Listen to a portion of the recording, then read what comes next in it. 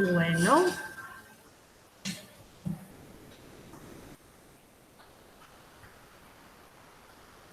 Bueno, pues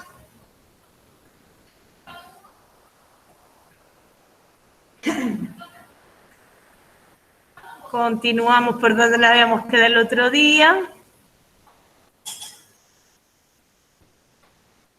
Los fundamentos biológicos de la conducta, habíamos visto un poco la estructura y las funciones del sistema nervioso.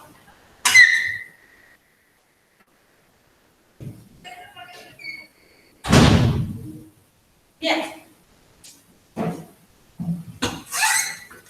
¿A qué tiene? Que abre. Hola amigos de YouTube, aquí estamos viendo Ventana en el Instituto El Palmeral de Vera. No pasa nada. Es para el otro lado. Empújala para el otro. Bueno,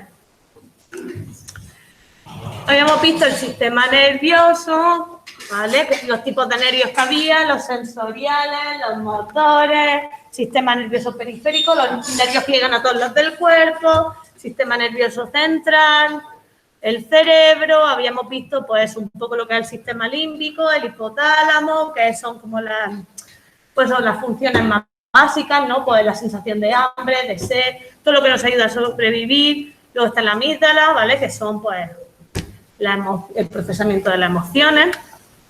Y luego estaba la corteza cerebral, que vimos un poco el vídeo de que el neocórtex, ¿vale? Que es la parte más exterior de la corteza cerebral, un poco es la que nos ayuda un poquito pues a mover nuestras funciones y tal. Entonces, la parte más antigua del cerebro, la corteza cerebral, ¿vale? La que está por encima del sistema límbico, estaba el arquicórtex, que es la parte más antigua, luego el paleocórtex y luego pues, el cerebro olfativo. Con el neocórtex al final. Ahí tenéis todo. Vimos los hemisferios, ¿vale? Las funciones de cada hemisferio. El hemisferio de los lóbulos, el hemisferio derecho, el izquierdo, que trabajan de forma cruzada. Eso lo veréis en el vídeo, en este vídeo, sea donde lo veáis. Y, bueno, un vídeo que explicaba, ¿vale?, las diferencias entre el cerebro humano y el cerebro animal, que básicamente era, pues, efectivamente, la corteza prefrontal. Vale. Ahora, a continuación, vamos a ver pues, mitos sobre nuestro cerebro. Cosas que son mentiras, pero que todo el mundo piensa. Bien. Uy, no se ve muy bien. Perdón. Pues eso. Beber destruye neuronas. Ya tío, que son mentiras. ¿Vale? Beber en exceso durante muchos años da lugar a que se reduzca el tamaño del cerebro, pero es un fenómeno reversible. Cuando dejas de beber, otra vez, el tamaño del cerebro, porque el tema es que los surcos se van como alisando, esa parte del cerebro, pero es que es muy importante cuando veáis el vídeo, normalmente eso se recupera. También el síndrome de Korsakoff, lo mismo, una persona deja de beber, ¿vale? Y va recuperando la memoria. Es que no se te mueren neuronas y te vuelves más tonto. Dejas de beber y vuelves a recuperar todas las funciones. Bien. Bueno, ya sabéis que eso, incluso el vino tinto, esto lo saben los viejos, mi abuelo lo sabía de sobra, ¿vale? Que era buenísimo, ¿vale? Y no, pero es verdad que eso, que un poco de vino al día sí es cierto, un par de chaticos de vino nomás, ¿vale? Pues que nos ayuda, ¿vale? En cambio, ¿vale? Otra cosa que se piensa que es cierto y no lo es eso, que el golpe en la cabeza cura la amnesia. Obviamente esto es mentira. No le peguéis nunca a nadie un golpe en la cabeza porque no se acuerde de algo, ¿vale? También cosas que son falsas, que la mitad izquierda es como la parte racional, ¿no? Acordad que el hemisferio izquierdo hemos dicho que es la parte pues, del pensamiento matemático, analítico, ¿no? Y el hemisferio derecho era como la parte más artística, ¿no? ¿Vale? Pero no significa que solo el lado izquierdo del cerebro sea parte racional y si nos golpeamos en el lado izquierdo, le pasa algo al lado izquierdo, nos volvemos tontísimos, es racional. No, ¿vale? Acordad lo que dije el otro día, que el cerebro es como una especie de sistema.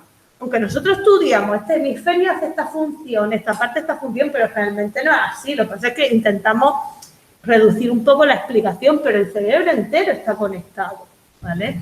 Tu hemisferio derecho también lleva a cabo procesos racionales, aunque sea la parte de la música artística y tal. Es que la música tiene una parte muy, pues eso, muy de innovación, muy de creación y tal, pero también analítico, ¿entiendes?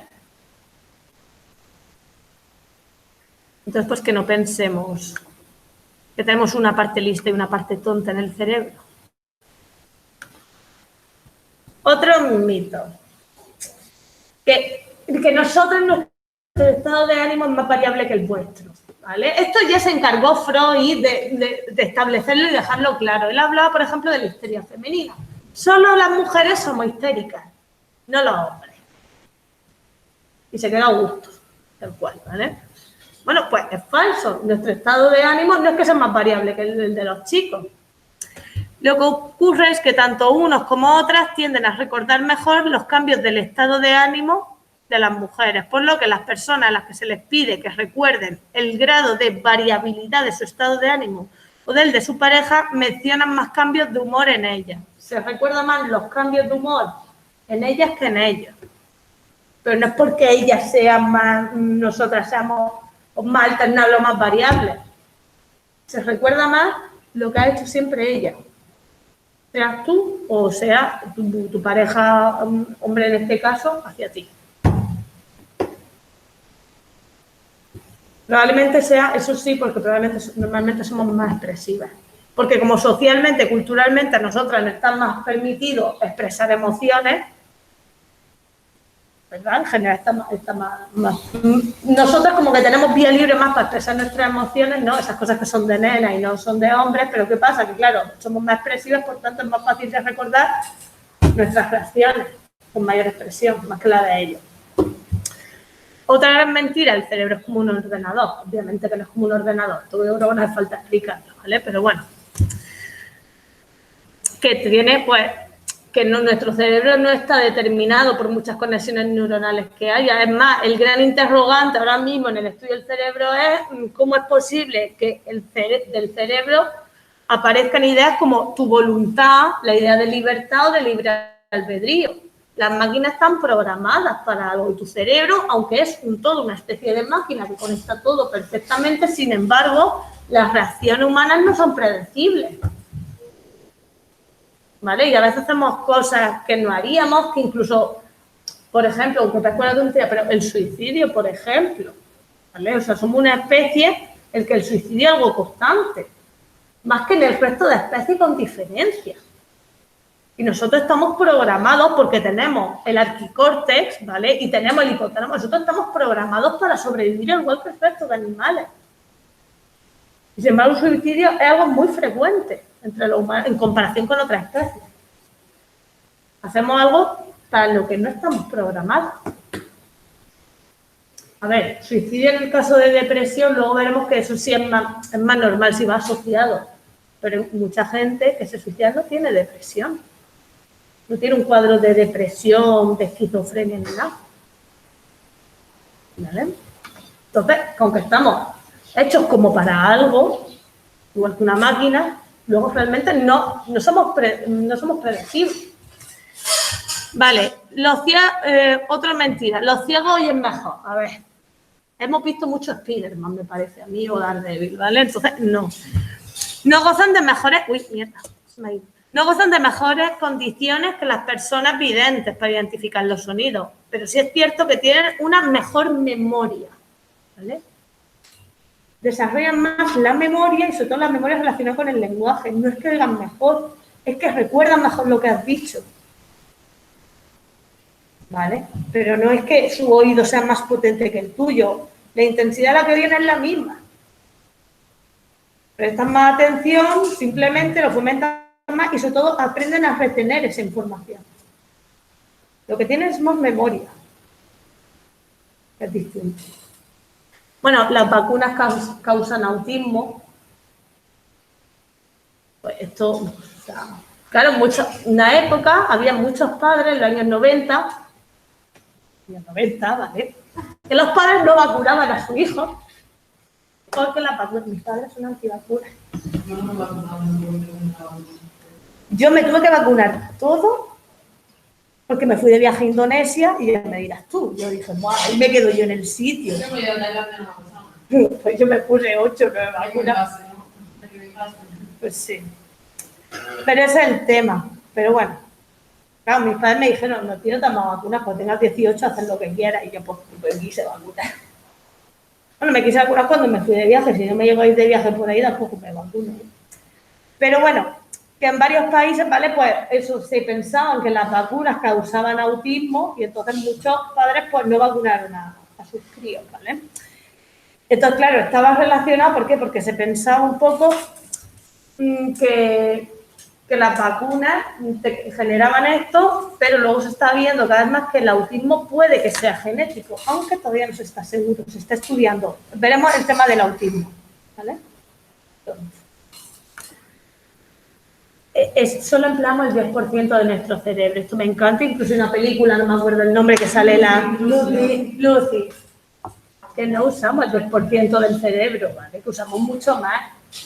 Es más, esto se lo inventó, ¿vale? Efectivamente, Dale Carnegie, o algo como Carnegie, es que no me acuerdo el apellido cómo se llama, pero bueno, el Dale en un libro de autoayuda. Pero esto se hizo viral, salió en todos los periódicos y ahora todo el mundo piensa que solo funciona el 10% del cerebro. ¿Vale? Entonces, pues simplemente, pues que no es cierto, ¿vale? Luego os podéis buscar sobre él si queréis. ¿No? Encima es que no es ni científico ni neurólogo. Yo que escribo un libro de autoayuda, es como si Jorge Bucay te dice que tenemos 5 corazones en vez de 1. Bueno. Y ahora vamos a estudiar, vamos a ver un poco cómo se estudia el cerebro. ¿Vale? Solo las máquinas y las técnicas, no vamos a profundizar mucho más. Un momento, en casa, ¿vamos bien? A ver. Hola, casa, ¿cómo vais? Bien. Bueno, pues explico las técnicas y terminaremos. Vale, termino prontito, ¿vale? Bien, bien. Termino con vosotros antes de las 12:30. Seguimos. A ver, uy. Sí, a ver, presentación.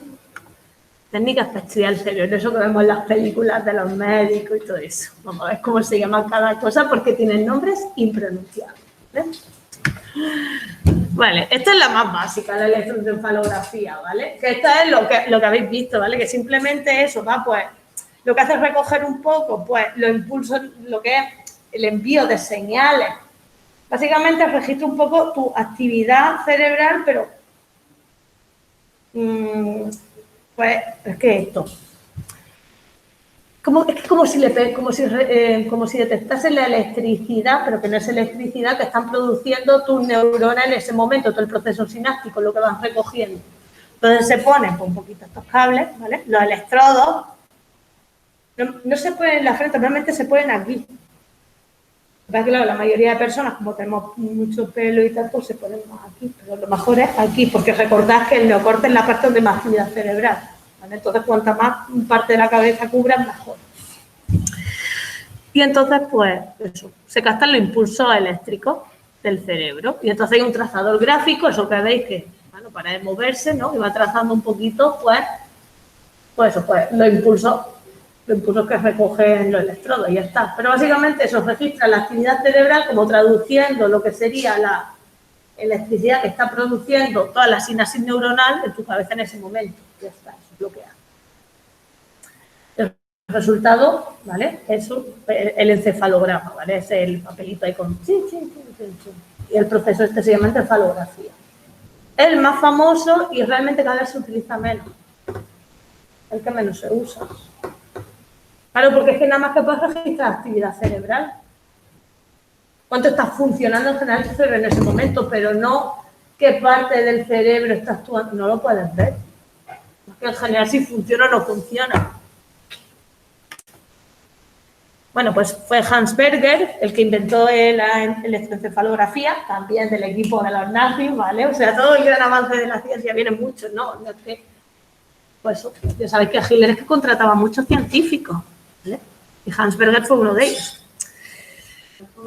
Entonces, sí, ¿no? El avance de la ciencia sí hicieron bastante los nazis. Igual que Franco construyó carreteras, hombre, y pantanos. ¿Vale?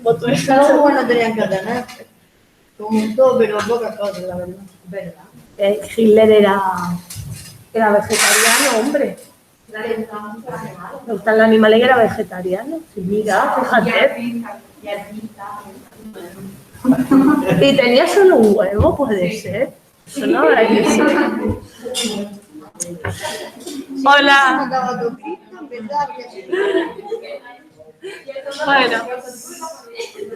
Bueno, hola queridos amigos de YouTube que nos estáis oyendo. De verdad que me gusta cuando veas estos vídeos desaparecen el año que viene en YouTube. Bueno, también esto sobre todo para qué se usa la electroencefalografía, para ver sobre todo, ¿vale? Tu actividad durante el sueño. Cuando se estudian las fases del sueño, sobre todo cuando estáis teniendo un sueño, estáis en fase REM, que es cuando los ojos están así, eso lo veremos, pues están abriéndose y cerrándose todo el rato en blanco. Claro que parece que estáis medio poseídos en la fase REM, ¿vale?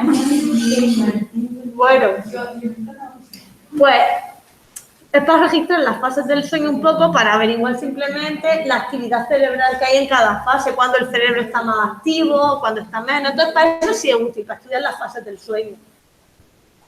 Pero otras cosas realmente no.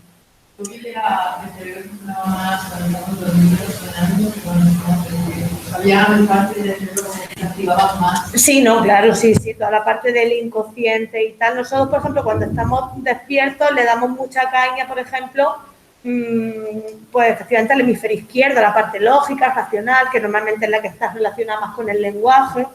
En cambio, cuando estamos dormidos, como que los dos hemisferios tienen más o menos la misma actividad. Vosotros aquí en clase, el hemisferio derecho no lo estáis desarrollando todo el rato, el izquierdo todo el rato le estáis metiendo caña o estáis memorizando ese hemisferio izquierdo todo el rato. A los que usan los dos, como en esta vida, ¿no? Bueno, el TAC. ¿Qué es un TAC? ¿No? El famoso, me voy a hacer un TAC, ¿vale? Bueno, tomografía así al computerizada se llama. Un TAC, ¿vale? A diferencia de encefalografía, nos da una imagen del cerebro y su anatomía vista desde varios ángulos. ¿Pero qué pasa? Que es como si fuera una radiografía. Entonces, aquí no estás viendo la actividad cerebral, ¿vale? Simplemente es como un espectro de foto que se toma del cerebro, ¿vale? ¿Pero para qué es útil? Pues para ver, pues eso, cuando hay una lesión del cerebro, qué parte ha afectado. Pero normalmente, luego, aunque veas dónde está la lesión, eso luego como que luego lo complementas también con la electroencefalografía para ver un poco también la actividad que produce tu cerebro, si produce la misma actividad que antes, ¿vale? Que cuando tenías la lesión. Hay gente que se pega golpes en la cabeza y no le pasa nada, y hay gente que deja de andar o de hablar, etcétera, etcétera. Incluso habéis visto, hay personas que tienen el cráneo deformado porque se han dado un golpe. Normalmente es que son accidentes de moto, ¿vale? De ir con el casco y tal. Te pegan esto, hay gente que deja de hablar, no puede expresar, y hay gente que no le pasa nada, simplemente se le mete como el cerebro para adentro. Sí. ¿Cómo que el cerebro para adentro? El cerebro, o sea, el cráneo aplasta más el cerebro, perdón. No me comience porque el cráneo es un trozo. Exacto. Y no le ha pasado nada. Ah, no, si es que depende. Como 3 metros de cabeza. Oye.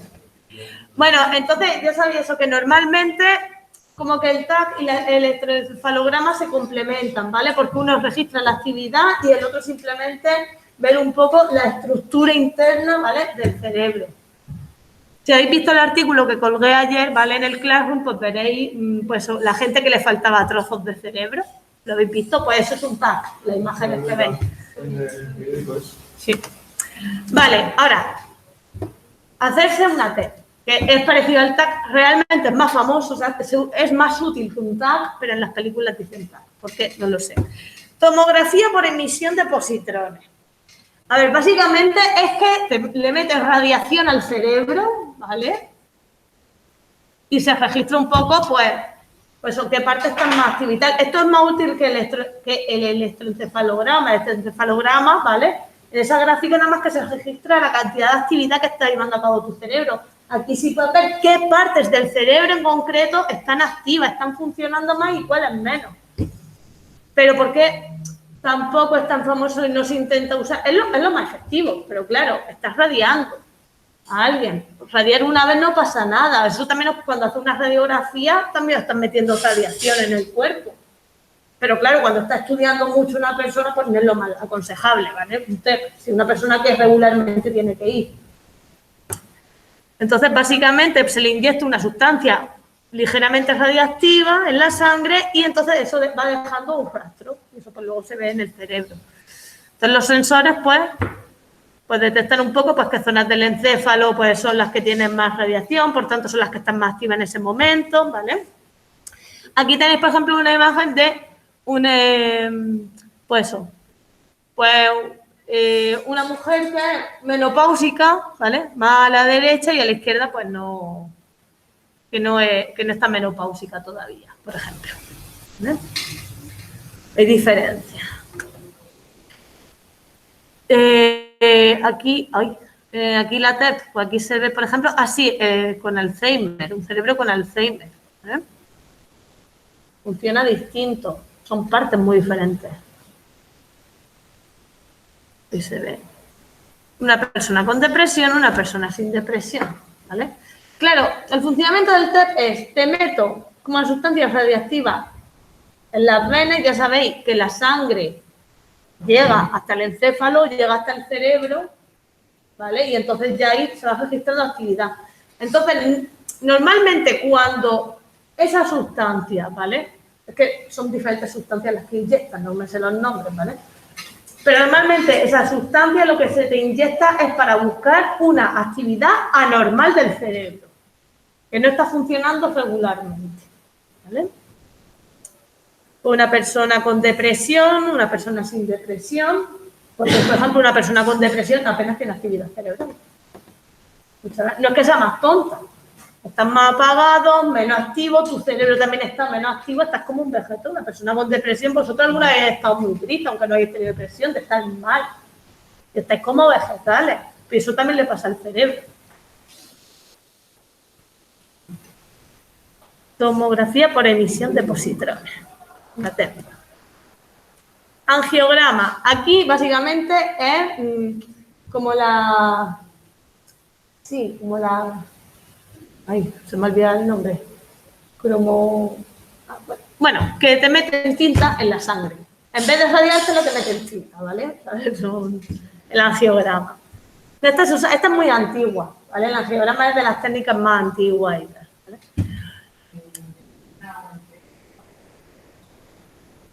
Hombre, claro, ninguna cosa es buena, ni radiactiva, ni tinta, cualquier cosa que le meta a la sangre que no sean nutrientes no es bueno. Lo que pasa es que, claro, pero pones a estudiarlo de vez en cuando, lo hacen, es como eso, como a nosotros las radiografías, nos están radiando ya a tope.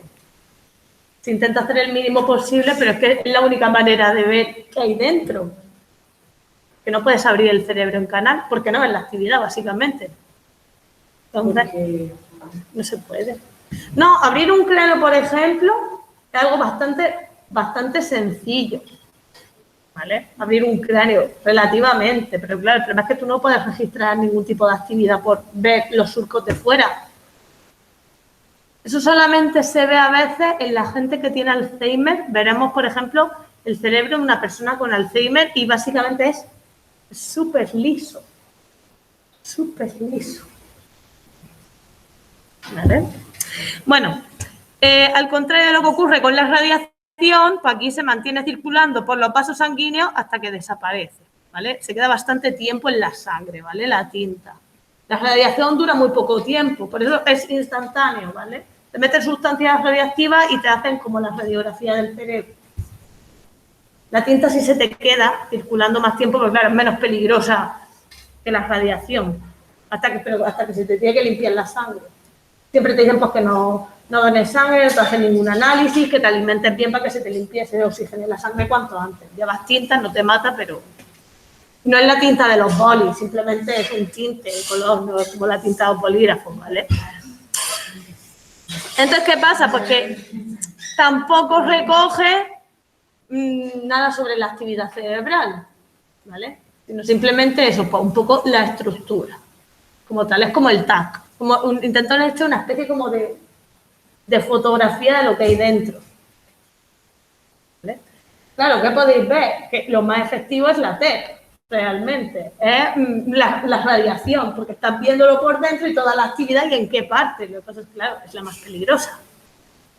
A nadie se muere porque le hagan una TEPA alguna vez, ¿vale? Pero que no se puede estar recurrentemente con eso. Y por último, la imagen por resonancia magnética, esto también lo habréis visto mucho en las películas, ¿vale? Pues básicamente eso, se usan ondas de radio, ¿vale? En un campo magnético. Por eso siempre te dicen, como es un campo magnético donde te estás metiendo, pues que no puedes llevar nada puesto, tal, ¿vale? Ponte pues eso, ¿no? Que te dicen, quítate los pendientes, quítate tal y quítate no sé qué. Y también lo que hace, y esto otra vez también pues, un poco pues, se ve la imagen del cerebro como tal. Es también una forma de tomar como foto de tu cerebro, pero de todos los lados, ¿vale? Y bueno, pues esas son las técnicas de estudio del cerebro. Así que corto por aquí la grabación. Un momento. A ver, corto la grabación. Qué manca soy.